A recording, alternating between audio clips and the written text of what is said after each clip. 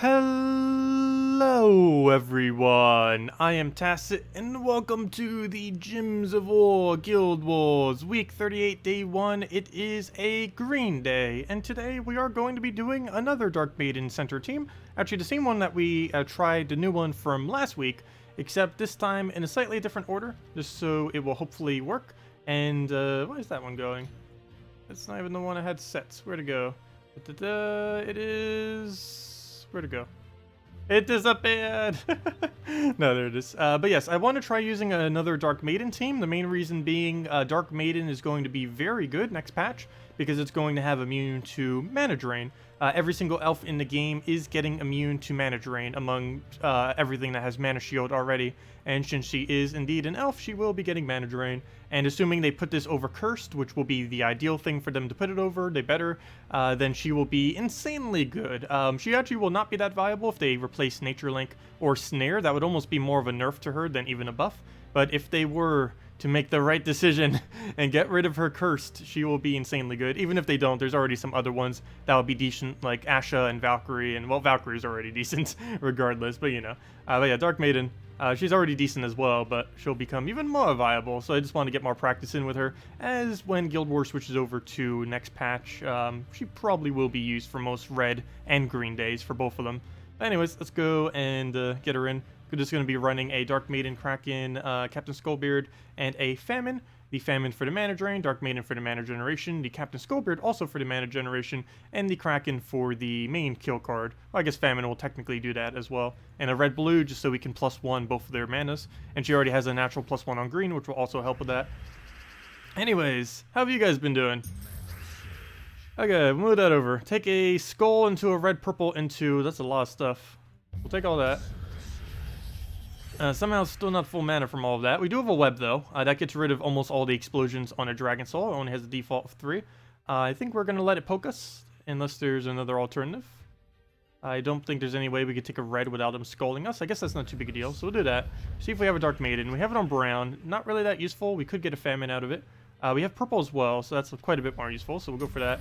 We don't have a +1, so he does not get full mana.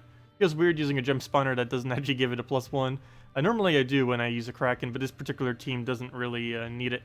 So I think we're going to let it take another skull. We're going to throw a Kraken on it. How many blues is that? 1, 2, 3, 4, 5, 6, 7, 8, 9, 10.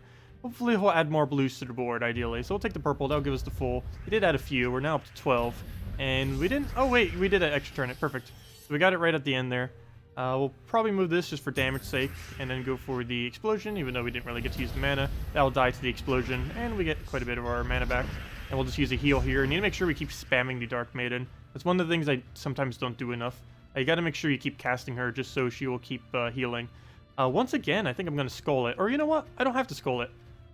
Or yes, I do. Wow, his base damage is so ridiculously high. If I go and poke him... Wait, Infernus seriously has that high of a base damage? No wonder why he needs a nerf. He has a 10 base damage. Even if we web him, he will still do 10. Which is a total of... 40 damage. He will still do 40 damage even through web, plus mana generation. Well, I guess I let him take the skull then. I do not want him doing that. Oh, we still got one. Oh, sweet. We got both the skull poke and the skull distraction. That worked out perfectly. We'll throw a Kraken on this board. Or we could Skullbeard first. I think we're going Kraken though. So we'll do that. Of course, that does nothing. Wasn't really planning on it. Ooh, that I don't want.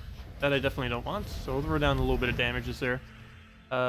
Yellows, do something. Famine, go! I think I am going to use it for Famine. I kind of have to at this point. So do that on the Famine. Now I'll knock him all the way to full mana. Now we get rid of, what's his name? Or do I take a skull for? Oh no, never mind. I have to Famine. I don't have a choice. So let's get rid of Infernus. And that's the biggest threat down. Now we just have to kill out Lancelot, which will be done with one single explosion. Or not explosion, one single Kraken. So at this point, we could just extra turn kill it if we wanted to. Hello, William. Hello, Bloodstained. Hello, Barang. Hello, Techni. Hello, D. Hello, Marcelo. And hello, Pandemonium. Welcome all. Is the stream supposed to be up? Yes, it is. Is it not? It should be. Well, we'll go take the green. It should be up. I don't know why it wouldn't be. Though, I'm talking as if you could hear me then. But yeah, I should probably go type something in chat real quick.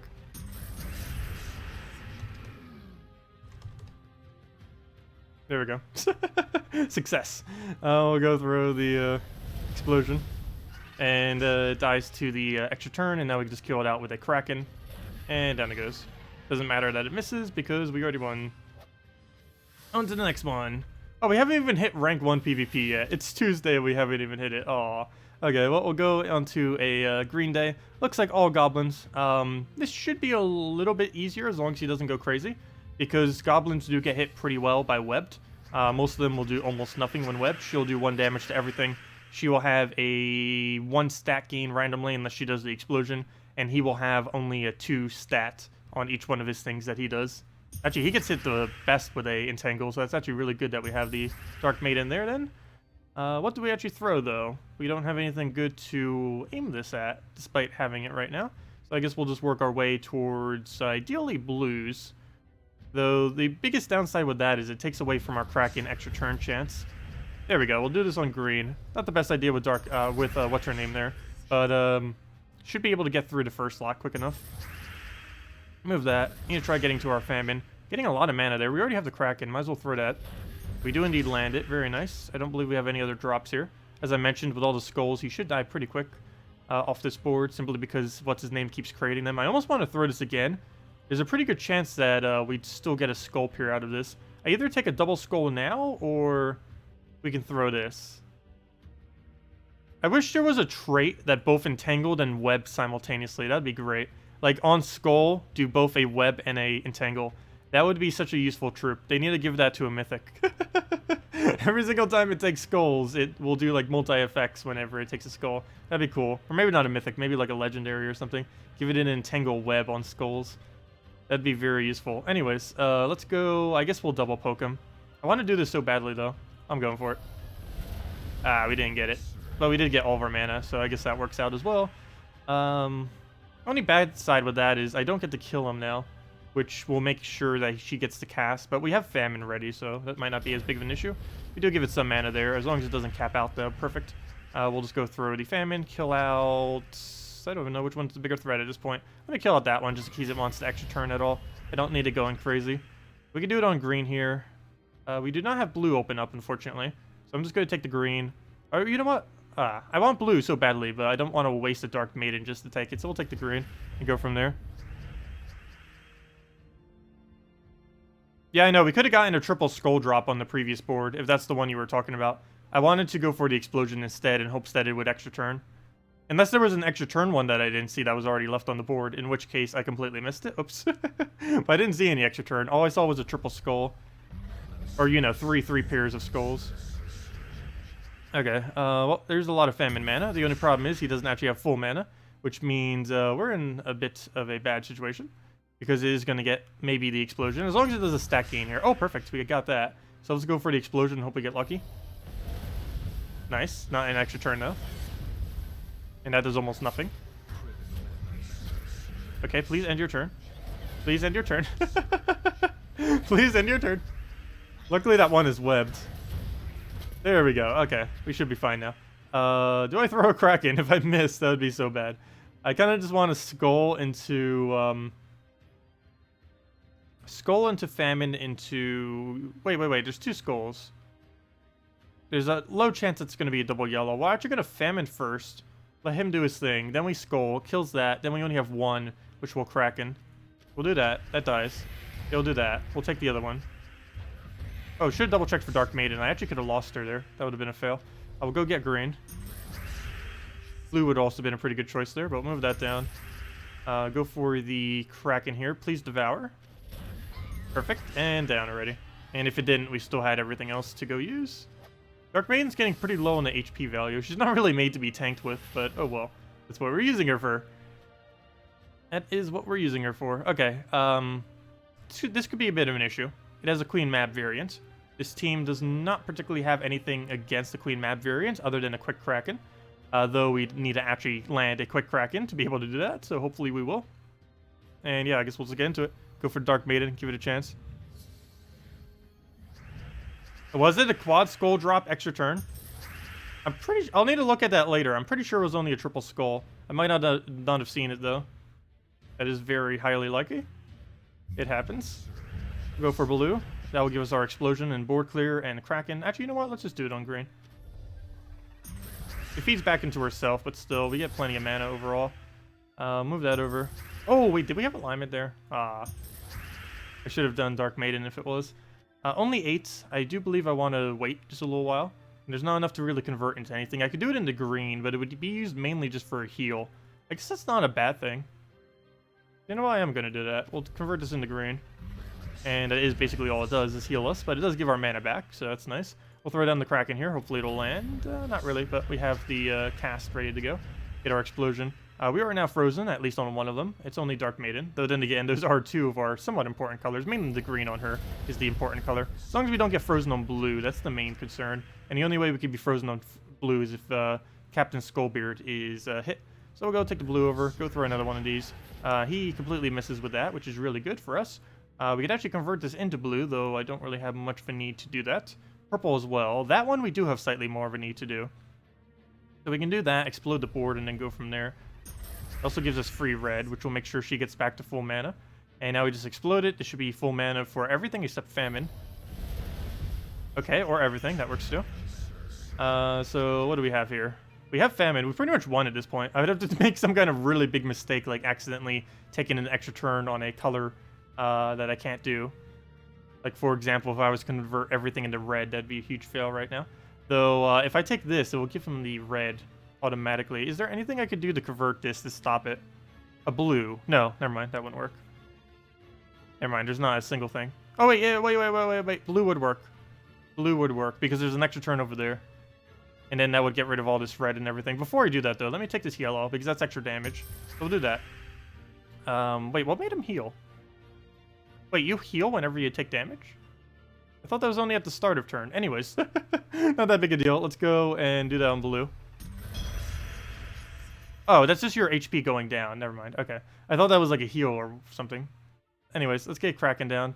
Kind of want to cast this first, but there's so many blues, I just want to go for it. Oh, we actually missed. Surprising. Go for a heal there. I might need that Famine.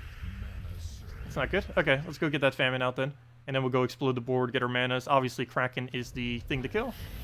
And any extra turns? Doesn't look like it. Just get our board clear. Right back into Dark Maiden again. 158 HP, or at least it was. We can do it on blue again. That'll be for board clear. So we can get that cycle going again. I feel like this team's going a little slow, but it's running pretty safely. At least.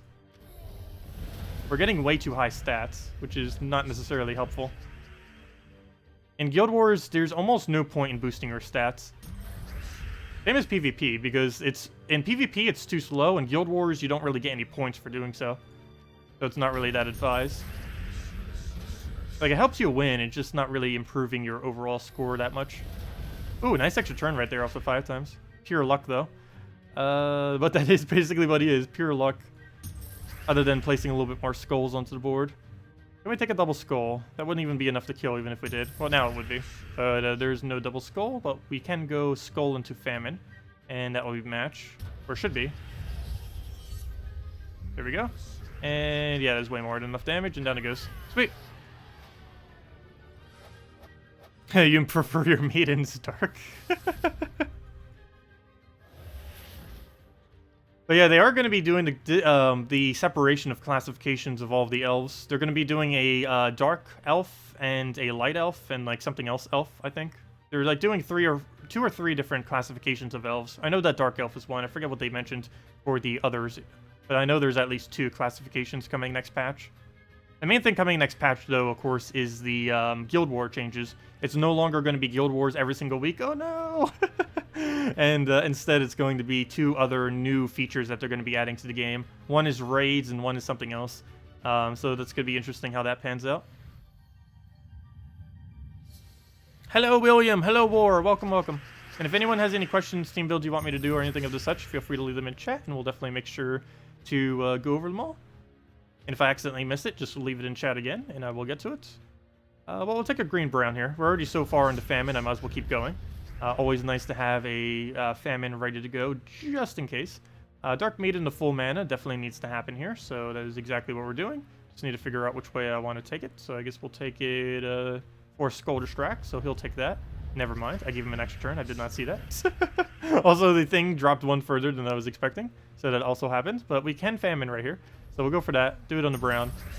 Not the most useful color for us to have more of on the board, but it does indeed give us a full famine, which is the main thing that was used for. So we'll take that. Very lucky extra turn right there. Got it off the double cascade. This would give it another skull distract, or at least the first skull distract, I should say. I guess we go for this because I don't really have too many other moves on the board that I really need to take, so we'll let him do that. The only downside with that is that means he's not taking mana, and I kind of need him taking mana so he can die to our famine better. But we'll go into a green surge, would be really amazing right now, because that would give us full mana on both of these and mana into him. Okay, of course you're not going to surge. But we'll go explode out the board. Actually, before I do, let me go famine something. This isn't going to be enough to kill, but I do want to get it down. So we're going to let him take another skull, I believe. But we're going to aim at that. And we'll throw another one as well to go kill that out. We're not going to need anywhere near as much mana, though. Actually, we could maybe even do it off a double Kraken instead. We'll see. Oh, no! I needed that. I don't have a summoner. So that's actually a little bad. So plan B, board clear. Get our famine back up. Thank you for doing double skull. That made us come back slightly, but we already are going to easily win this, but that's a lot of score to have to lose for almost no reason.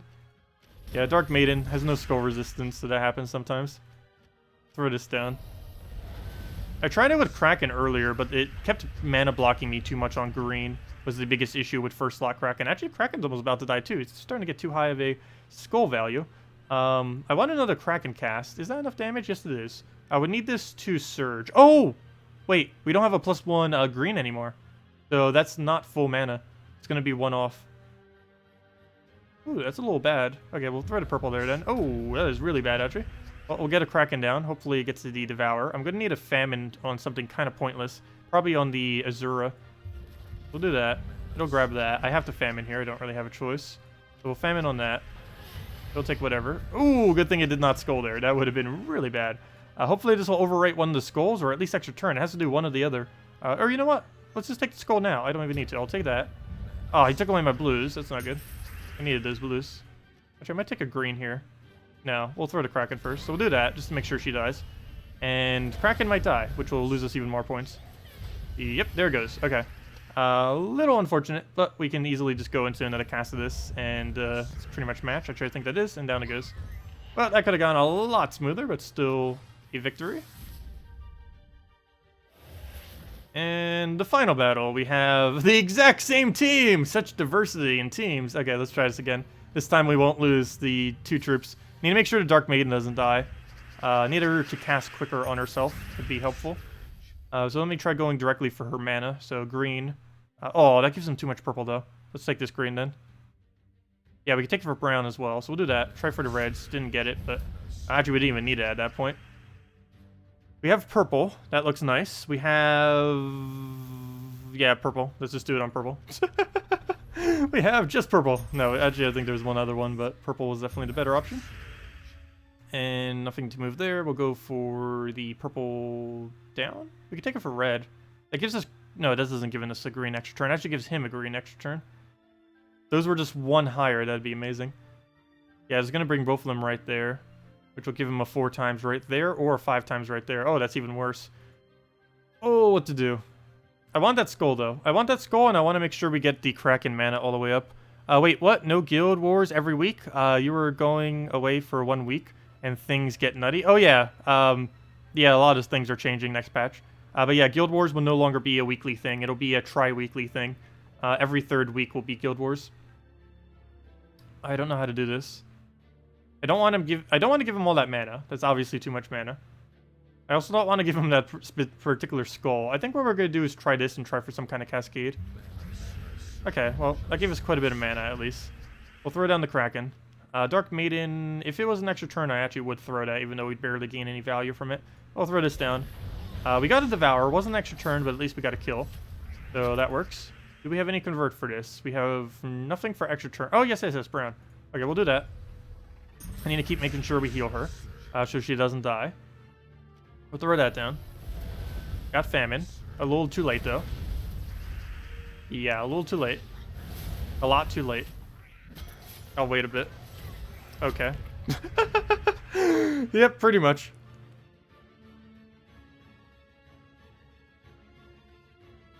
That's a goblin team. Goblins. Okay, anyways, where were we? Let's take that. What do we need to take here? I guess to skull him. Should be able to land the Kraken if he doesn't take a blue, though there's a pretty good chance he's going to take a blue. Kind of want to throw it now. You know what? We have such a low attack value. I think I will throw it now. Very nice. And we still got the skull after all of that. Okay. Well, we don't have anything to actually feed our blues into anymore, but we still need it on the board for extra turn's sake. Dark Maiden. I'd want to throw this into another famine later. Is this enough damage to kill? That's 14, 20, 40, 70. Let me double check that. I believe that is 70 damage. Yes, 14, 6, 20, 40, 70. That is indeed enough to kill. There we go. Okay, now I just need Dark Maiden doing something useful. Another skull, I guess. Here, have that. Nothing useful still. I could do it on blue. That is like the last thing I need, given our current team now. Ideally, I need it on... Well, I guess blue's fine, but ideally right now I need it on either purple or green. The yellow alignment. So for now, we'll just take a skull here. That will cascade a little bit. Can he stop agiling? Okay, so that dies. So now we don't have that to use anymore. We do have really high attack value, though, so we'll go for that. Now that the Kraken is all the way up front. So yeah, 2 battles in a row to the exact same team. Kind of didn't really fend that well, unfortunately, to the pure goblins. I don't think it's that common that people would normally use goblins on Green Day, is it? I know I personally don't. Okay, but there we go. I guess because of her explosion to all greens, but if they're using a board where you're taking the greens constantly, like what we were kind of doing, you don't really get too many greens on the board. It's mainly when she starts looping like crazy where it goes annoying. Oh wow, yeah, that team actually did really bad today then. It did under 9,000. Well, I guess I will have to ditch it. That or go for yet another Dark Maiden team. Yeah, anything that scores over 9,000 is basically like losing, essentially. It's still not as bad as losing a battle, but it's so low that you might as well just be using a completely different team at that point. Or at least this late in the game. That would basically be an indicator of that. If you're not scoring at least 9,000 with a perfect score, preferably more towards 9,300, then it really needs to be replaced with something else, and in that case, it kind of does. Though that was 2 battles in a row where we kind of got trolled by goblins, particularly the second one, where we had almost nothing that we could do regardless of what happens. Let's see. Yeah, I know, there's a lot of goblins out there. Isn't the team somewhere slow? Yes, this team is somewhat slow. That it definitely was. Oh no, we tried it earlier the previous week too. I just don't think we're going to be able to use it.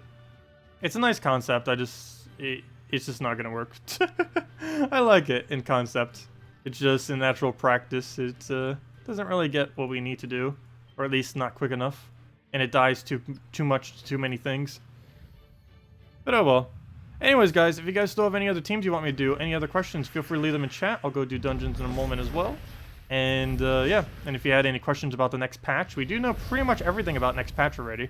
So if you have any questions about it, just let me know. Next patch, or 2 big things coming up in the near future. Or a few. We're getting a really interesting mythic. Not this week's Friday, but next week's Friday. It's going to be a super cleanser. If you've ever hated Queen Mab, you will never need a hater ever again. Actually, this new troop is single-handedly basically going to destroy Queen Mab in late game.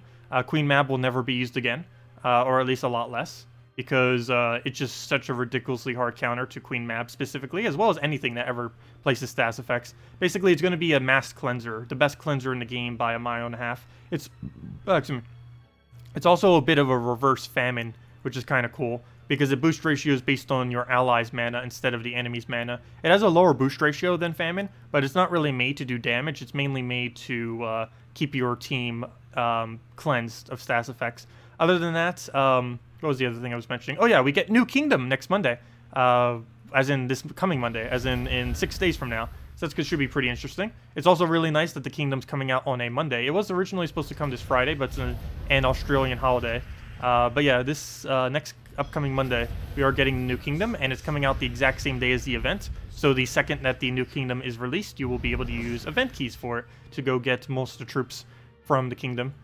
The only things you won't be able to get from the event keys are the commons and the rares from the Kingdom. because those two currently do not exist in the event key drop pool. They are going to be reworking that in the future, but at this current moment in time, that is the case, and version 3.3 will not be addressing them. They are going to be doing it in the future. Next patch is not doing it, though. Because their plan for event keys is they're going to be changing them so that they only give from a specific kingdom, but that they also give all rarities from that kingdom, instead of what they currently do, where it's just ultra rare plus. In doing so, they said they would likely also consider rebalancing their cost, because obviously if it's giving like 3 commons as one of its drops instead of an ultra rare, that's slightly less desirable to some people. So it would be a good idea if they lower it just a little bit, because they are basically adding commons and rares instead of ultra rares and epics, basically. They're still going to be in there, it's just everything else's drop rate will need to go down some to make room for the commons and rares. So they need to rebalance it some ways in their cost to still keep it at somewhat consistent rate of what it is now, as far as the higher rarity stuff from it. Because at this current moment in time, gold keys and event keys have the exact same chance of all the same rarities. Once they change it, that might change them. We don't know exactly what they're going to be modifying it to, though. Also, that's the main thing coming next patch, or I consider one of the main things. Technically, the main thing is the Guild War change, but we're finally getting mana drain protection. That feature alone is perfect. That could be the whole patch, and I'd be so happy with it. I'm so annoyed with Scions. Also, Scion is dead content starting next patch, by the way. So if you have one, don't. Don't trade it, don't bother using it, or enjoy it while you can, because he will be unusable for the rest of forever starting next patch. Because once mana drain protection comes in, Scion will be useless in almost all situations. Famine will be quite a bit less useful, and quite a few others that are not going to have their full potential anymore. We'll go move that. He doesn't get too much of a value, but he does have his Scion, which is always concerning.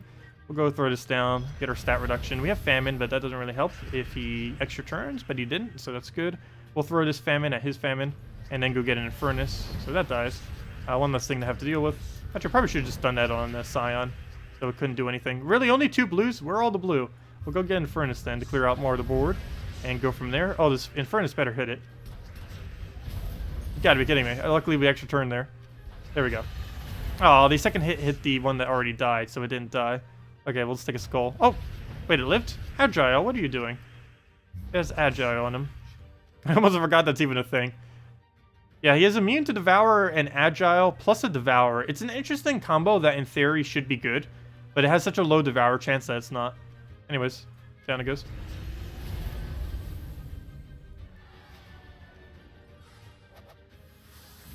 Hello, Eric. Welcome. Also, hello, Alonso. Welcome. Also, hello, Pips. Green Days are hard to build for. There's actually a lot of really good Green Day teams. The biggest issue with it are 2 things. Goblin teams and anything that has a Queen Mab. There are a lot of infinite loop green teams, particularly if you have Web Spinner and Yasmin and a few other of the bigger greens. The biggest issue, though, is they are absolutely useless against Queen Mab or Goblin teams. Goblin teams, because the Fizz Bang gains too big of a value from having a lot of green on the board, and the Queen Mab for the obvious reason, because it keeps freezing you constantly, so you can't do anything. The new troop, oh yeah, what color is Orpheus? Orpheus might be completely broken on Green Day. It's going to be lovely. I might need to go do an infinite green loop team with it. With Yasmin, Web Spinner, and like something else. That'd be so much fun. I know that's pretty high rarity, but it should be completely destructive. Let me see. What am I looking for? I'm looking for the thingy that tells me what she does, or what color she is. Where did she go? Being blocked by all the other stuff. There it is. Orpheus is the color of... Oh, she doesn't have green. No! Never mind, my plan has failed. She's purple, red, and yellow, which is not green. Yeah, purple, red, yellow is her colors. Oh, never mind. Plan failed. I won't be able to do it. Okay. Actually, I don't even know what I would use her for on the other color days. I'm kind of disappointed she doesn't use green. That would have been so useful. Anyways, let me just throw that down. All my plans crushed. Yeah, that would have been amazing if she could have been used for Green Day. I guess we'll just have to use her in a Red Day loop team of some kind or something. Hey, wait, did that just die to Death Mark? No, it died to Famine's trait. I like how I answer my own question. It's like, let's ask a good question and then answer it immediately. There we go, we'll do that. Throw another one down, and as long as none of them revive, that should be match, kind of. There we go.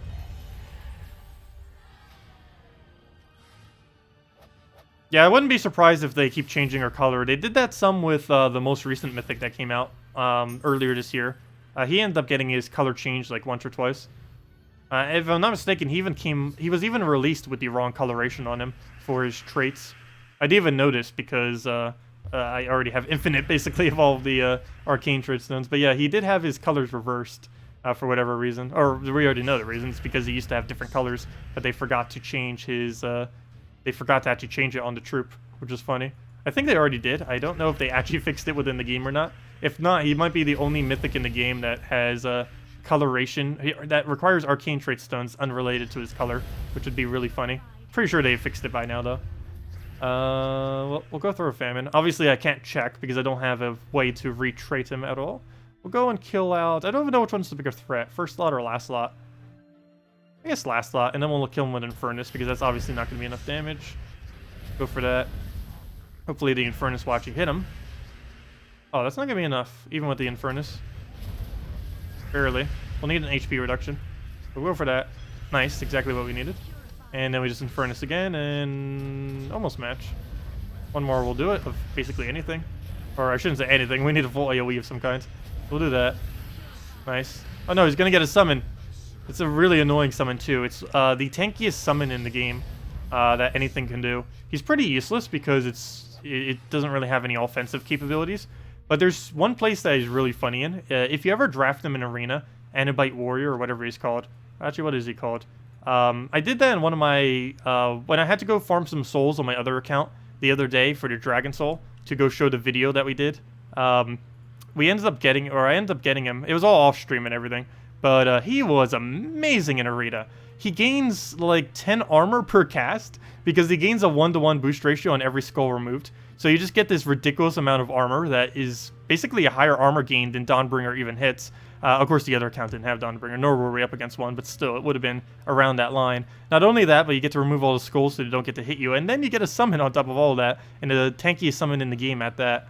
Of a Fortress Gate. The reason it's so tanky is because it has 0 attack. Anything with 0 attack summons with, or anything with lower attack has higher durability on it.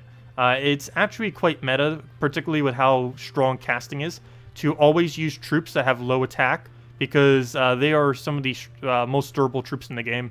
And because you don't really need attack value on anything beyond your first troop, you can pretty much just set every single one of your troops to something really defensive. Anyways, what am I looking for? I'm looking for... Anabite. But yeah, this guy. He's basically used for nothing at all. But he does gain a decent amount of armor because of the one, or at least in Arena, because of the 1-to-1 that he has. Obviously in a normal battle this would be bad. If I was to use him in a normal battle, let's say there's 8 skulls on the board, all he gains is a 9 armor gain, which is ridiculously small. I can do like 30 plus armor gains with Honor for your lower mana cost.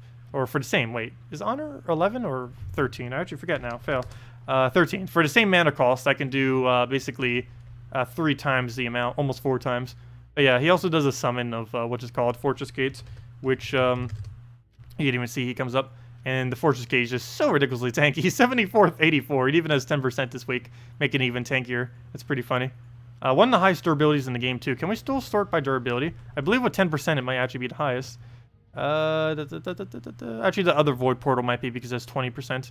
Okay, let's just do it off of life. There's no way to search durability, but you can check life and armor. Okay, never mind. There's no way to check this decently. Why can't you check durability? Okay, never mind. There's no durability search. There's such useless searches. But, yeah, Void Portal is so ridiculously tanky this week with 20%. It actually has over 100 in this stat. That's pretty funny. I haven't bothered using anything with it yet, or at least this week. Maybe on Red Day or Purple Day, we should go bring back the Dracula's Crimson Bat team I used to use a while back. It would be really bad in the current meta. I made it for the previous meta back when all you had to do was win your battle and not die. Basically, the only requirements in Guild Wars when it was first released was you need to have all 4 of your troops. Well, you had to use a pure color, obviously. That was always a requirement. But you had to use pure color. All of your troops had to survive to get the full amount of score. And basically, that was the main thing contributing to it.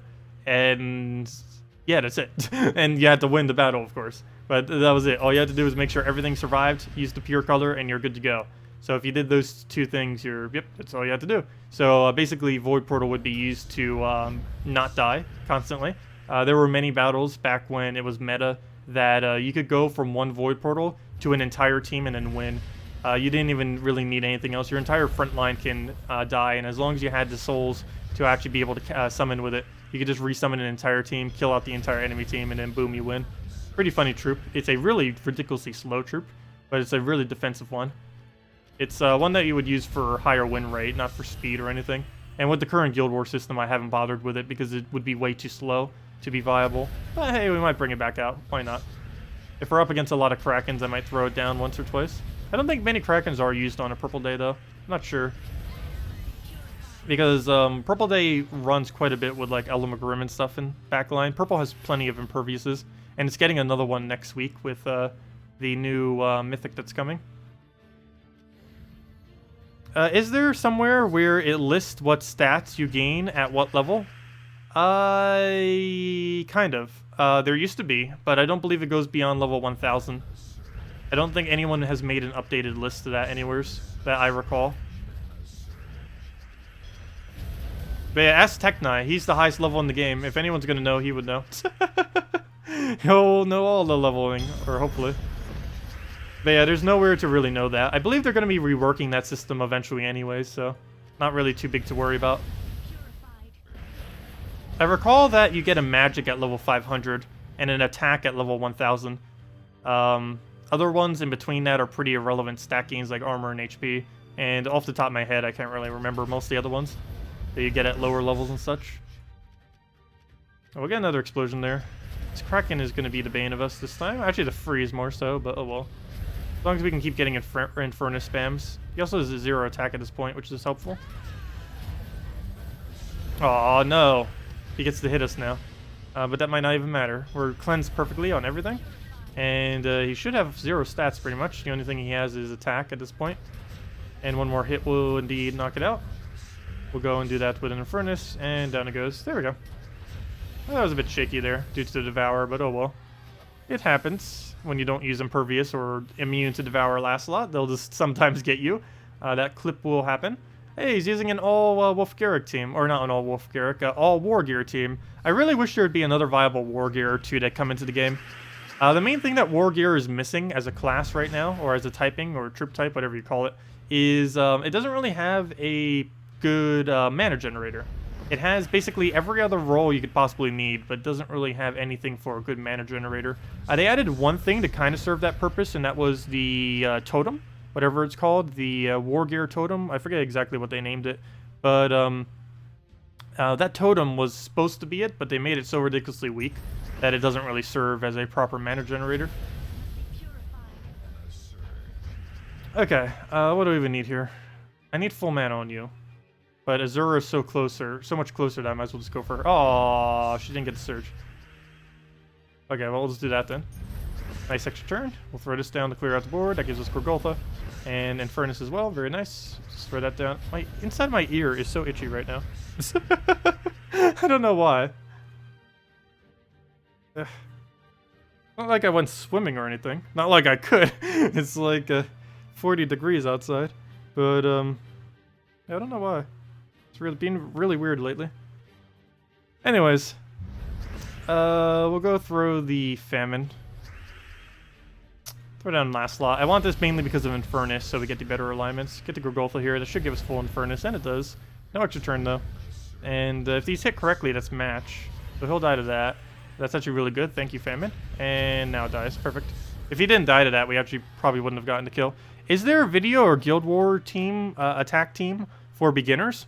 I've gone over videos doing general explanation. I've never really done a solidified early game Guild War team video. For two reasons. Mainly because it keeps changing constantly for early game based on new troops that are added. And the second reason is there aren't really any. It's ridiculously hard to actually play Arena at a lower level. So much so, I wouldn't even advise touching it until like level 200 or 300. It's not really something you could do as a lower level player. The whole point of Guild Wars was to be one of the more ultimate forms of late game content in this game, as competitive as possible. That's the whole purpose of it. It was made for late game in mind, completely. So it wasn't really balanced too well for lower level players. It was mainly only built for the dedicated players that were like playing every single day and such, which is why you have to play it every single day other than on Monday. But yeah, let me go find that video real quick. I have done a couple videos kind of going over. I should be able to find the most recent one. But no, I've never really done a Teams video, but I have gone over explanations and such, which are useful, which will be a lot more explanative than what I could do at this current moment in time. Let's see. But long story short, go and use colors that, or go and use things that counter out the what's going to be countered. So for example, let's say on a yellow day, someone's most likely going to be using Spirit Fox, so don't use anything that's too susceptible to true damage spam, or else you're going to get destroyed by it. Basically, how you have to play Guild Wars is figure out what's going to be generally set, like what are the counters for every single day. Then, once you know that, and go set up your defend teams, try to figure out what counters that for every single day, so that you can then set that as your PvP team. I'm trying to find this video, for whatever reason, it's not wanting to come up, view channel. Give me a second, if I don't find it in the next minute, I'm just gonna stop, but, let's see. Guild War. Oh no, why did I type in Guild War? Oh wait, there it goes. 7 months ago, low to mid-level players. I forget if this is the right one, but the title says it is. The title of this video says that this is the right video. So, I don't know if this is the most up-to-date one, but yeah, there's one of them. There's one of the guides on it. It just kind of goes over strategy and such for low level. I don't believe it really showcases many teams, if any teams, though. It mainly just goes over general strategy and what to do for Guild Wars, and as a newer player. Okay, we'll take the red. Go for the purple. He's going to hit Mercy, and there's not a single thing I can do about it, because there's so many on the board, which means he's going to devour us, which is bad. Oh wait, no, there's one thing I can do. Actually, hey, the suggested move is telling me to do the right move. Gasp. That actually is the correct move, because it stops Mercy from extra turning on the bottom, which you saw right there. If I would have left that there, she would have gotten that extra turn from that 3 pairs she would have taken would have been a 5 times extra turn if I didn't do the purple take. Can we get full mana on something? That'd be pretty useful. Yellow, yes, yellow surge. We'll take that. Of course, it doesn't surge though, so we still need to go get more mana. The skull, we're just gonna let him take, so we'll take that. Get a Gorgulfa.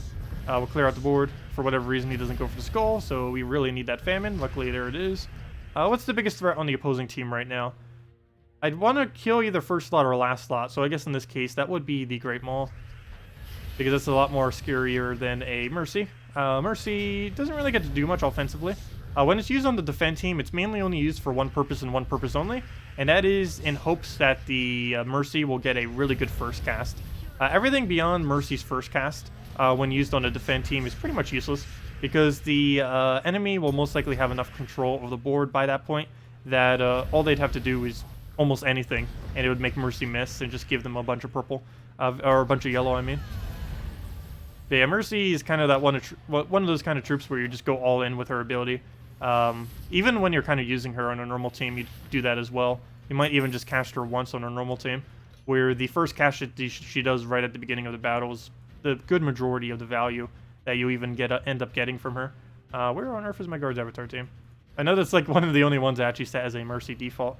But yeah, Mercy generally is, do you get a good starting board? If so, throw it down and go from there.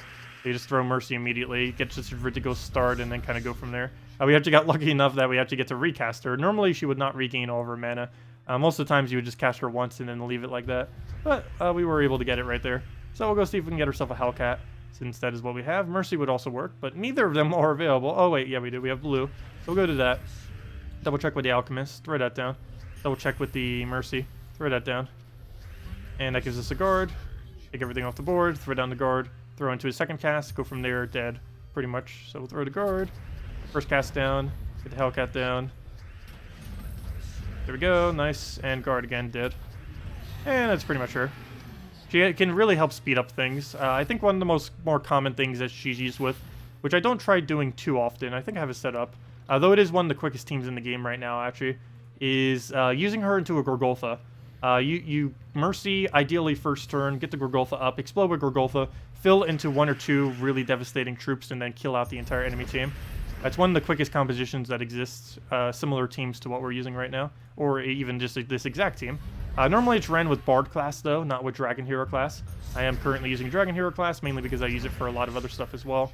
But Bard does work the best because you gain 1 to all stats on the first 3 troops on this team because they're all yellow. But we'll go through the explosion. Get a Dawnbringer down here. Basically, whenever we have it, we just throw it. Get a Mercy to get back our mana because we can. We have so much board clear that we can keep just clearing the board so that we do get a Mercy alignment. And down it goes, and that's match. Hey, you didn't die. What is this? We'll go throw it down on 1 HP, and down it goes. Hello, Nautical. Welcome. And this is technically a pure yellow Guild War team. The only problem is you can't use Mercy. But Mercy is such a vital part to this team being really, really solid, unfortunately. You can still do it without her. It's just not the exact same. It helps a lot being able to do something like that on turn 1, and then boom, you already have Gorgolfa, and he didn't even do anything yet. Because normally Gorgolfa would take about 3 turns to get up on average. Sometimes even 4, and maybe even longer if you're up against a Scion or something. But with a Mercy, it just takes 1 turn. Normally. Ideally, it would only take 1 turn. Sometimes it might take 2 or 3, but it is definitely reduced quite a bit. We'll throw that down. And just need to throw another Gorgolfa down, get her mana back, go from there. Don't start now. Watch, we're this far ahead and he's still going to destroy us with goblins. Yep, pretty much. That is goblins for you. We were winning. That was a thing. It was happening. Thank you for finally ending your turn. Okay, we'll go for Gorgolfa. Throw a Dawnbringer down. That's weird, it froze for a second. And poke. Down it goes. Yeah, goblins. They're really annoying. Hey, a Celestial Tradestone. That's nice. Unfortunately, we already have so many we don't know what to do with. I really wish they would add something to use them for. Kind of. They technically did, but the problem is they didn't really scale it enough, I feel like. I wish they would have... with Legends and Mythics, I really wish they would have upped the Celestial Tradestone cost for them just a little bit, but lowered the Diamond cost. So every single Mythic cost, and Legends, cost both Diamonds and Celestial Tradestones, as well as some Souls. Everything basically in Soulforge costs Souls, with the only exception being the Celestial Tradestone, which uses 100 of each of the things. But everything else in Soulforge does in some way, shape, or form cost Souls, and I really wish they would have downscaled the amount of diamonds required, but made the Celestials higher. Because with how static the amount of diamonds are in the game, it takes such a long time to accumulate that many. Like, even right now, we only have enough to create 2 Mythics if we wanted. And obviously, there's not really many things we need to do in that regard. I don't even know what I'm saving for at this point, to be honest. These colors I'm saving for whenever they actually do something useful with them. But as far as the diamonds, we're going to perpetually basically have everything in the game, so I actually don't know what we're going to throw it on. But anyways, I really wish that they would have made the Celestials a little bit higher, but lowered the diamonds. Like, if this was like a 6, 8, or 10, and that was like a 500 or something, that'd be quite a bit better. Or if they lowered these to like 3,000, but made that like a 15 or a 20. Because there's a lot more Celestials in this game than there are diamonds by a pretty long shot. Let me see, if I go into my Celestials right now, I know a lot of late game people have way more Celestials in this as well. Some people are probably over 1,000, but we have 286, which are just sitting there. And even after next patch, when they add a bunch of stuff to Soulforge, we'll be lucky if that even dents us below 200. Probably wouldn't even get us down that low. And most troops that get added to the game don't really use that many either. All Legends use 1. Oh wait, let me see. No, I said that wrong. Epics use 1, Legends use 2, and Mythics use 4, if I'm not mistaken. And there's a few other instances where I believe you will need them. But for the most part, that's there is not many things that take them out of the game, that is for sure. There's quite a bit of a lack of it. Hello, Durade. Hello, Prince. Hello, Jose. Hello, Max. Welcome. Let's see, did I miss anything else when I was finding that link? Can I show a dragon team with dragon card class? Oh, sure. Sorry. Oh, wasn't I earlier? Well, let me go do that again. Normally I do that every single stream by default, because that's actually why I have the Dragon Hero class set in the first place. But yeah, I'll go do that. What do you consider for tiers of play? Is it by level, number, or mythics, or number of troops traded? I actually don't scale it by any of those factors. I will be doing a video on that. I've been meaning to for such a long time now. I just haven't really had the time to scrap it all together. But what I basically base it on is the stats on the kingdoms for early game, late game, and everything like that. There's about 5 categories of that are currently within the game, and probably ever will be within the game. I could briefly go over that real quick. There is a designated video I really want to do that goes over like what you should be doing at every point within the game. I've kind of covered it briefly already over across of many of my videos, but I've never done one specific designated video going over it in its entirety. But basically, I would consider it like 5 parts. The first part being everything prior to you obtaining every kingdom, which would basically just be the new phase in which you're trying to just learn the game and just play and get started. Everything beyond that, which would be about level 50 plus or so, actually you could do it about at level 30 as well, but everything beyond that point is basically working up to getting every single kingdom to level 10. This takes quite a while, but once you have reached this point, this would bring you into mid-game, which is where you're going to be spending a good majority of your time. And let's see, did I break that category down? I broke that down really weirdly. So basically, when you're first starting, that's the first category. Then the second would be early game, which is when you finally have every single kingdom unlocked. Then mid game would be once you finally have every single kingdom to level 10.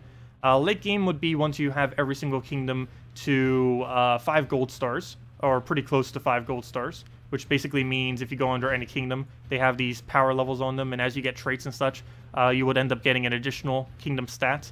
And super late game would be basically level 1000, level 1100 plus, where you have almost everything towards as max as it can get, where your whole goal is basically complete out absolutely everything within the game.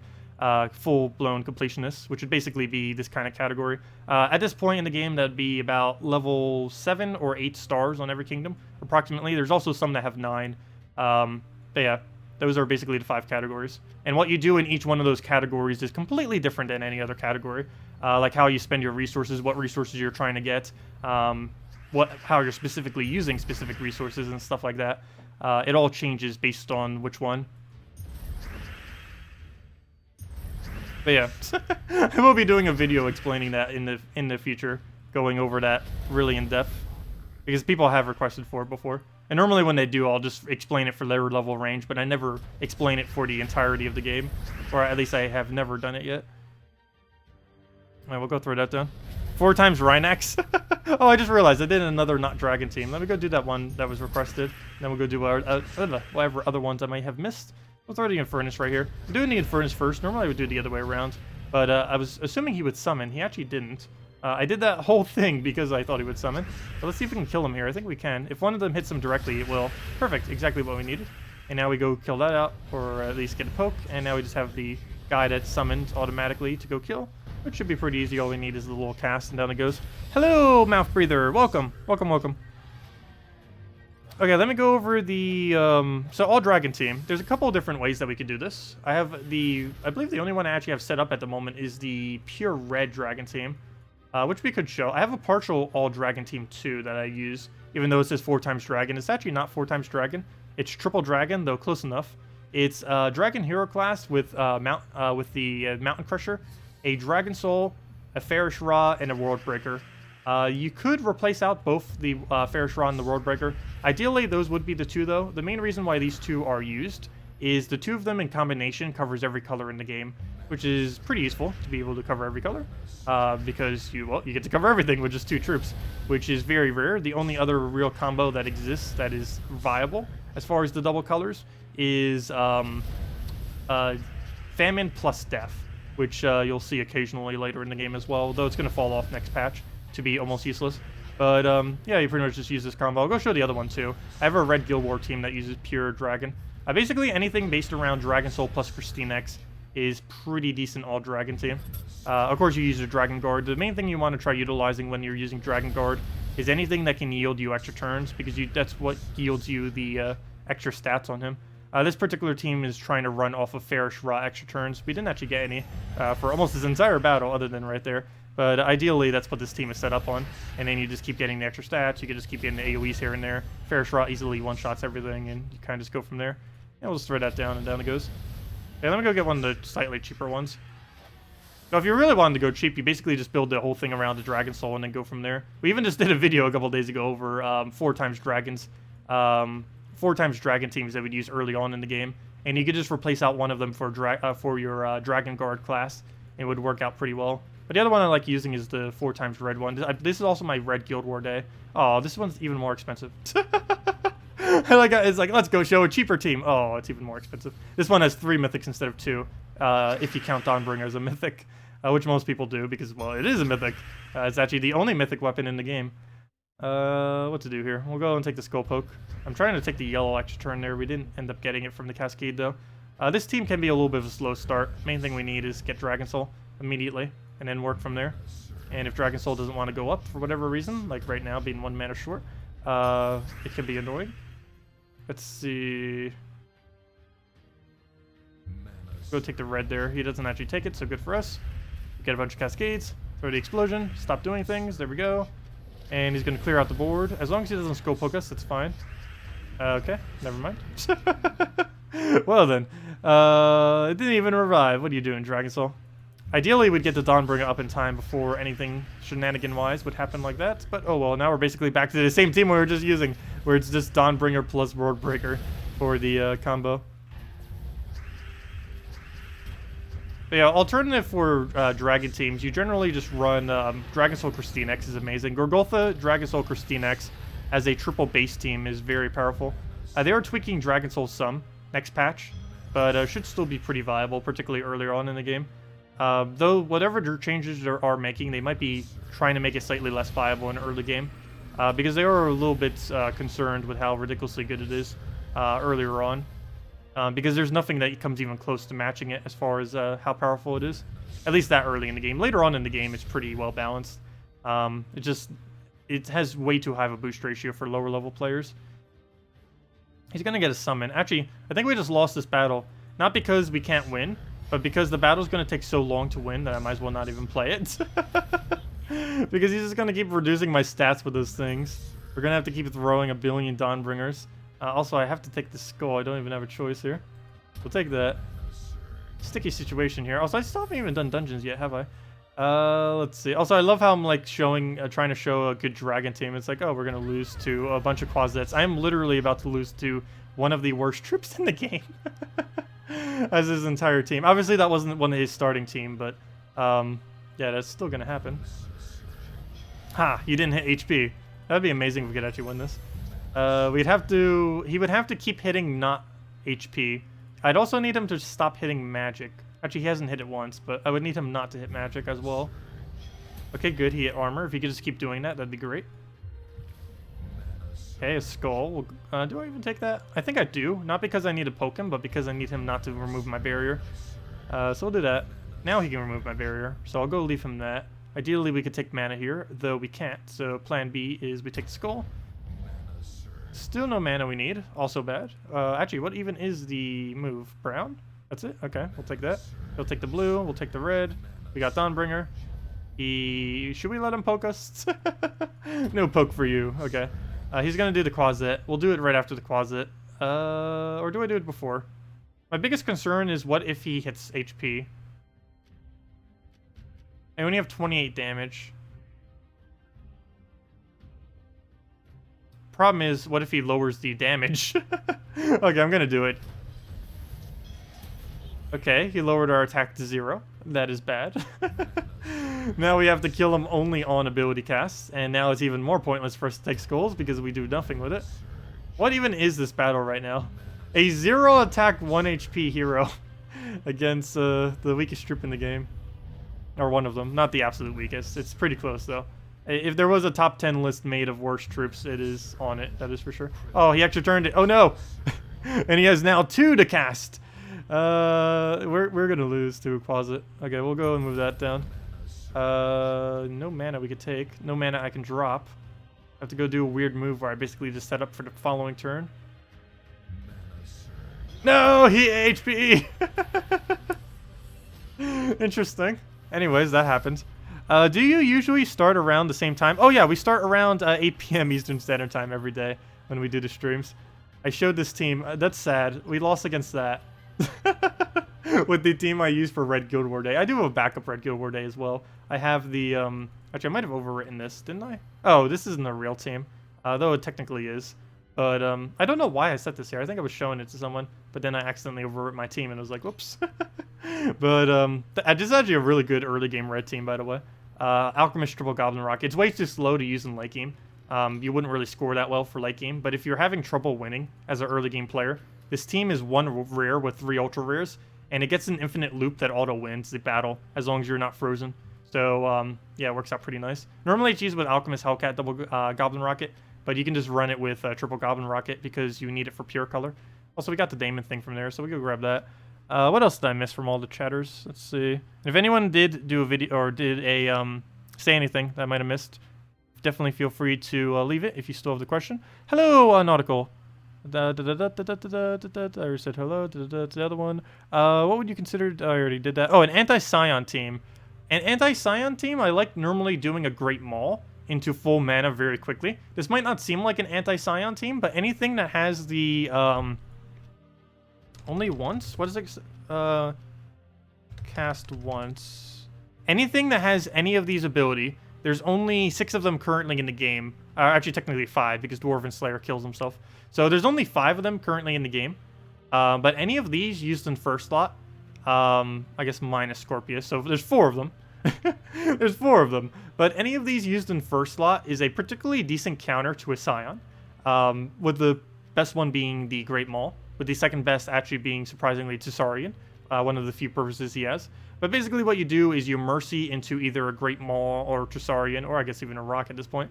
And then you cast their ability. Once they have casted their ability, anything that can only be cast once no longer accumulates mana. So it's essentially like obtaining a immune to mana drain on this particular troop, because it will be impossible to gain any mana at this point. So a Scion hitting it will never be able to take anything from it, because it no longer has mana anymore. Also, if you just wanted to, you can even just devour the Scion with your Great Maul, which also gets rid of the Scion problem. But with a Great Maul, you normally don't do that. You would normally get rid of something else. Like if they're using a Scion Famine team, you would get rid of the Famine, because this has, once he casts his ability, Scion is essentially no threat to a Great Maul. Not only do you have enough skull damage to 1 to 2 shot it, but you also will no longer be able to get hit by its skull siphoning mana drain anymore, because you no longer use any mana types. How do you get diamonds for Soulforge quickly? Only dungeon? Yes, there's only dungeon and only guilds. The guild tasks that you can do every single week and the dungeons, those are the only 2 ways that you can obtain diamonds, and there is a set amount that you can do for both per week. And of course you just go into dungeons and then clear them out.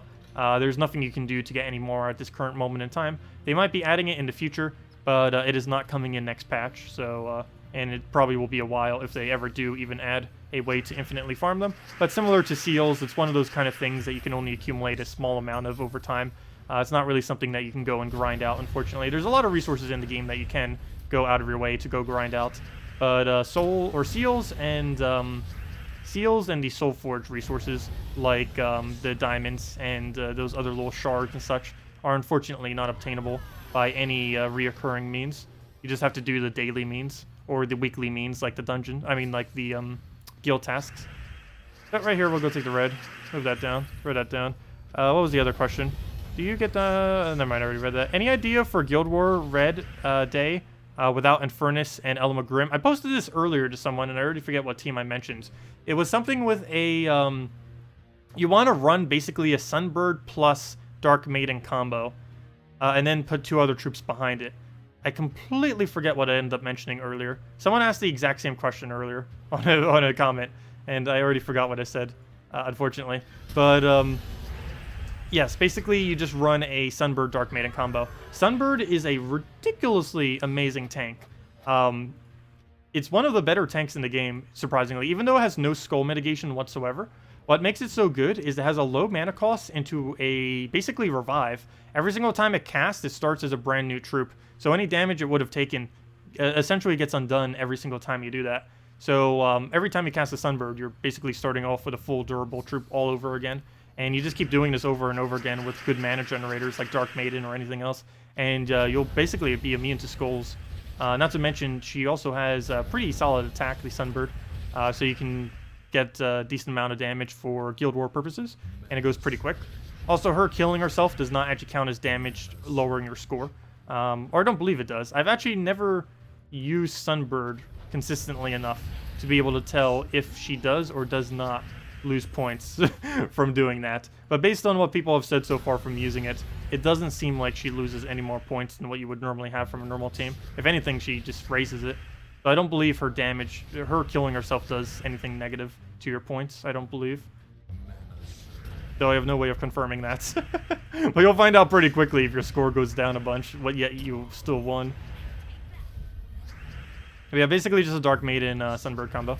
The other two would just be just 2 support troops that you have that are really heavy that would synergize with it.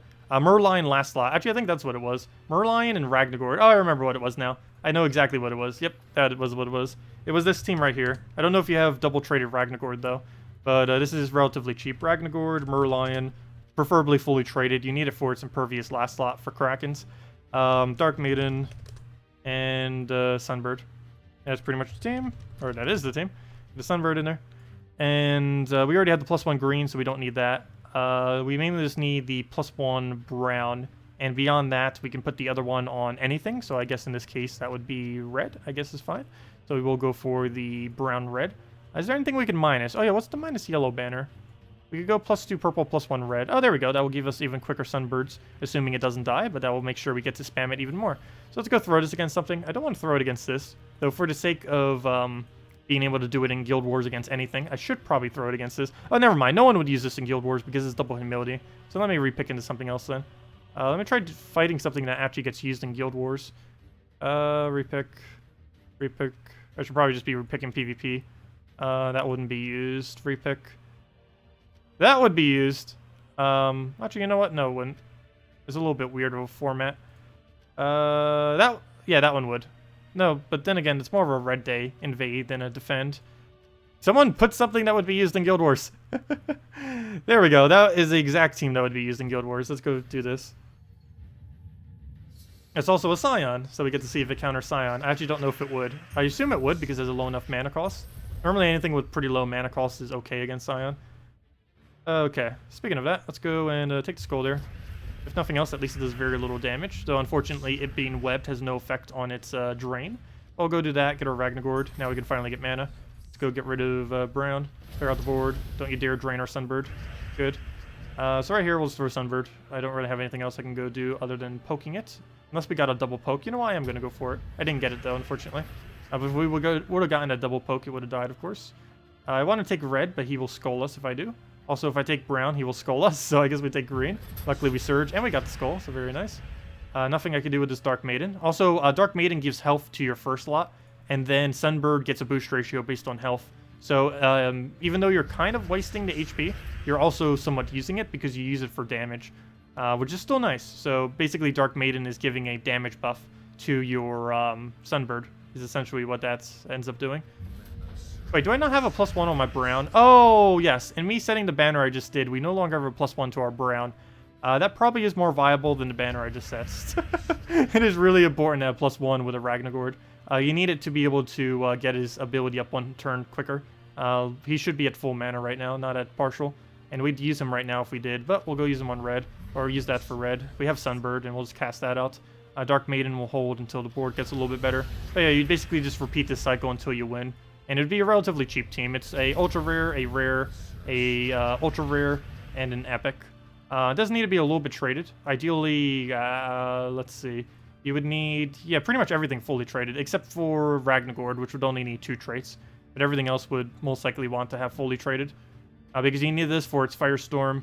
You need this for its Web and the Nature Link. The Web for if the Sunbird dies. The Ragnagord, you definitely need his second trait because he goes so much quicker. For getting your team rolling once you have it. The final trait's basically useless though. And the Merlion you mainly just need for an impervious last slot for Krakens and other similar things. Also, we finally have this silence up. This is mainly used to target out big threats, so if we, for example, don't want Famine doing anything, we can go poke him, and now he won't be able to accumulate mana for a little while. We can get a lot of Merlion mana. I'm going to go do that real quick. He's going to get a def. Not a single thing I can do about that. Never mind, I lied. We'll go throw that down, and it actually hit the Famine, which is really nice, so we can just go through that, get the kill. Ideally, that would have killed him as well, but we can actually kill him with a skull. So down he goes. And what else we need here? I guess we do this on blue. That will be enough to kill it because it's silenced, and we do that into there. And as you can see, that's basically a cheap red day team. It has all the disables you need. It has the mana generation, has the tank, has everything. Not the most viable thing to be using for Red Guild War Day, but it's pretty cheap. Out of every single absolute cheapest thing you could use, that's about the best you're really going to get. Though, brown-red banner instead. Don't actually set it to that. I guess you could use this, but you'd probably use this if you didn't have Ragnagord traded at all. But if you do have Ragnagord with fast, you definitely want a brown-red, because you need that +1 brown to get it super quick fast. Because if it surges, you get full mana, and then you could basically just second turn Ragnagord, and that is very beneficial. That's even quicker than what you would be able to do with Gorgolfa, which is nice. Yeah, no problem. Yeah, that's basically what you would use for Red Guild War Day. Let's see. Let's see. I did do dungeons, right? Did I stop midway? I sometimes do that. I'll like start dungeons, I'll do it midway, and then I'll forget to go claim everything. I did! That's exactly what I did. I forgot to go claim the second part. Fail. I've actually done that before, where I'll do all the dungeon battles, but I'll forget to claim the 50 gem thing. Personally, or normally, as a player without this many gems, you would go and only buy the 50 gem thingy on Sundays, because that's Diamond Day. I do it on every single day in case these other color resources are ever used for anything, which is why we have so many of them in our Soulforge. We have all of these little things. We have so many of them because I want to accumulate them just in case something new comes into the game that requires a lot of these. Like, let's say they add a new weapon that requires like 1,000 of 3 of these or something, and maybe there's multiple. I wanted to add I wanted to have a bunch on reserve just so we could go out of our way to go and craft them, so we can actually show them immediately. With all content in this game, I show it as soon as it can possibly come out. So we need to make sure we keep all the reserves as high as we possibly can with that to make sure we can. What is a good kingdom to make home? Oh, Whitehelm is always best home kingdom. Assuming everything is equally maxed, Whitehelm is always the best. The reason for this is it is a pure glory kingdom. There are 3 tributes in this game: gold, glory, and souls. Each one of these give a relative amount of points, where it's always going to be within an even amount based on this little scoring system. And based on this point system, the glory is the best, the souls is the second best, and the gold is the absolute worst. So, for example, there's 3 pure kingdoms. There is the glory, the gold, and the souls. The gold one is Kazale, and if we go under Kazale, we can see that it is a 750 gold.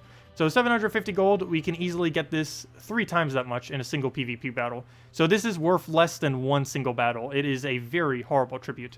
Also, I believe that's a 9-star kingdom too. So it's actually only supposed to be 500 gold, not even 750. So that's really absolutely abysmally bad. It's not even worth 1 single battle. So if we go over to Kedar, and we go over to the Pure Soul Kingdom for tribute, you can see it is currently 120. 120, that's a little bit better. If you're doing a soul forming team, you can easily get more than that per battle, but if you're using just like a Dragon Soul or something else, that's about 1 battle, 2 battles, maybe even 3 battles. In some circumstances, maybe a little bit higher, but on average, about 1 to 3 battles. Let's just say 2 battles. So that's 2 battles worth of souls right there for doing a soul tribute. But then if you go to Glory, do something like a Whitehelm, and you go over to the Kingdom page, it normally has a 30 glory gain. 30 glory takes approximately 5 battles in PvP, if not more, in order to obtain. So yes, it is definitely best to go with glory as your tribute. It is more than twice as effective as any other resource that you get. So basically everyone just sets their home kingdom as Whitehelm. This will change in the future. They do have some kind of plan this year that they haven't really disclosed. That's going to be reworking kingdoms and how home kingdoms work and quite a few other things related to it. So everyone will stop finally using Whitehelm. But at this current moment in time, assuming everything is equally maxed, it is either one of 2 kingdoms. Either always Whitehelm, or whatever kingdom has the absolute highest glory gain, and based on how much upgrades you have. But assuming everything is equally upgraded, that will always be Whitehelm, because it's pure glory. But yeah, either Whitehelm or whatever kingdom you currently have upgraded to be the highest glory is what you set as your home kingdom. And that is always the case based on the current system, because no tribute is better than glory based on how it's currently scaled. But anyways, that's pretty much it. Did I miss any other questions? Let's see. Think they'll ever up the seals per week? No, I don't believe they're ever going to up the seals per week. How it currently stands has been working pretty well for them, so I don't believe they're ever going to really touch it. That's one aspect of the game they're probably never really going to mess around with, though maybe once Guild War changes, they'll maybe consider it. I'm not quite sure. Not that they're associated with Guild Wars at all, but they are going to be bringing the old Guild War troops eventually into the guild chest. If you're ever wondering why I never opened guild keys, a long while back, like very long, like almost a year ago at this point, I think like 8 months ago, they said that they're eventually going to be adding the old Guild War troops. So, for example, not things like Humility and Honor, but things like the Nismer and the Array, and those things that do like triple damage and then do a Storm and then do +5 stats to all your troops. They said they're eventually going to be adding more, what are they called? Guild War troops to the game. But when they do, they said they were going to add the old ones to this chest drop pool. And I was saving these for in case they ever update this chest drop pool. But they haven't for forever. What this chest drop pool basically is, it's based on your seals in your guild, and it just keeps leveling. It's based on this thing. But it has a 50% chance that it will always give you a... That's the wrong one. It has a 50% chance that it will always give you one of the guild-related troops. And they were going to be expanding that in the future, but they haven't yet. But yeah, it's this little thing. You upgrade it over the week. It's generally something you throw at the end of the week because you want to have as high as possible. Most upper guilds will always reach 40,000 by the end of the week, though generally you do want to be in a guild that at least hits 20,000, because at that point it basically counts as half a glory key for every one you do. So basically every 2 counts as 1 glory key, plus you'll get some kind of little guild troop from it. But yeah, they're basically an alternative version of glory and gem keys, essentially. They're basically half as effective as it. So if you get it to 20,000, every single one you open is basically half of a glory key. And then at 40,000, every single one that you open is basically half of a gem key. And that's the drop table that is basically within them. And yeah, there's a little bit of extra keys. I'm just saving them in case they ever update the drop pool, is the only reason why. I have no clue what even made me start going on that tangent. But anyways... let's see. Yeah, there is a certain amount, and I highly doubt they're ever going to increase it. You wish they would have an armor that costs gems to give 100% souls and gold, even if it dropped EXP bonus. That would be pretty cool. A 0 EXP armor that gave 100% souls and gold. I'm pretty sure they will never do that, though, because they'd probably make a fortune off of Death Knight armor. I would not be surprised. I can only imagine how many purchases there has been for it. Honestly, I would consider it the only purchase... or one of the only purchases in the entire game that is actually worth it if you plan on playing long-term, is the Death Knight armor. But that's mainly because there's no other alternative to it in the game. And I also know from when it didn't used to exist how annoying it is to have to keep switching between dragon armor and celestial armor. Because otherwise... oops, wrong one. Otherwise, you would have to keep switching between the... Do you want the 100% gold bonus or 100% souls? But if they made one that had 0% EXP... gold and souls, that would be pretty cool. There's another armor that also doesn't exist. There isn't a 100% EXP armor in any form. Why this doesn't exist is because there used to be a level 100 level cap, then a level 1000 level cap for the longest of times. So they wouldn't really need to release a specific EXP armor because no one really needed to go and farm EXP. But now that the EXP cap is like infinite, it's literally impossible to reach the max cap, which is 10,000 because of how long it takes. The highest level in the game who's been playing for years isn't even level 2,000 yet. But there wasn't really a need earlier for an EXP armor. But yeah, that's another one that doesn't even exist. There's not a single 100% EXP armor. It'd be useless to add it at this point. But I'm pretty sure some people would still want to have it for collection purposes. It would also give another reason to add a visual like armor. Console actually, for whatever reason, has about like 5 more armors than PC Mobile of different typings. I don't believe they actually have the 100% armor either, the 100% EXP. But yeah, they have like at minimum 3 additional armors that we don't have that are exclusive to only consoles for whatever reason. I have no clue why. But yeah, there is. It's really weird. They also, despite having those armors, they didn't end up getting Death Knight armor until like a year until release of the platform, which was also kind of weird. But anyways, guys, I'm going to be heading off for tonight. I hope you all had a wonderful day. I will be back tomorrow night, same time as always, about at this point, an hour and a half prior to now, at 8 p.m. Eastern Standard Time every night. We either go over Guild Wars, dungeons, just mess around with stuff, go over teams, and all the kind of normal stuff. Just talk, chat, chill, all the things. And yeah, anyways, Friday and Saturday we'll still have our normal stream at 10 a.m. Eastern Standard Time. There's no new content coming because they moved the new kingdom when it's coming out. The new kingdom is now coming out next Monday, which is 6 days from now, so we will have a lot of stuff to go over once that is released. But at this current moment in time, we kind of have a little bit of a dry period. We're getting a lot of content next week, actually. We're getting a whole new kingdom, 8 new troops in that kingdom, and a new mythic on Friday. Not this Friday, but the next week Friday. So yeah, we don't really have that much to go over this week, but definitely a lot next week. They also said they're going to try getting back into the pattern of releasing 2 troops per week on the glory rewards, which is kind of nice. Always nice having 2 options, though it'd be nice if both the options weren't completely dead content. That would be good. I don't mind when they do like one that's dead content and then one that's pretty nice to use, but the problem is yeah, there's no point in having 2 dead contents. Hellspawn does almost nothing. It's like a triple damage to death marks. There's very few instances you would ever really viably need it with how the game is currently set up. I guess in the future it might have something. But anyways, I'm heading out now, guys. Have a wonderful week. I'll see you all later. Goodbye, everyone.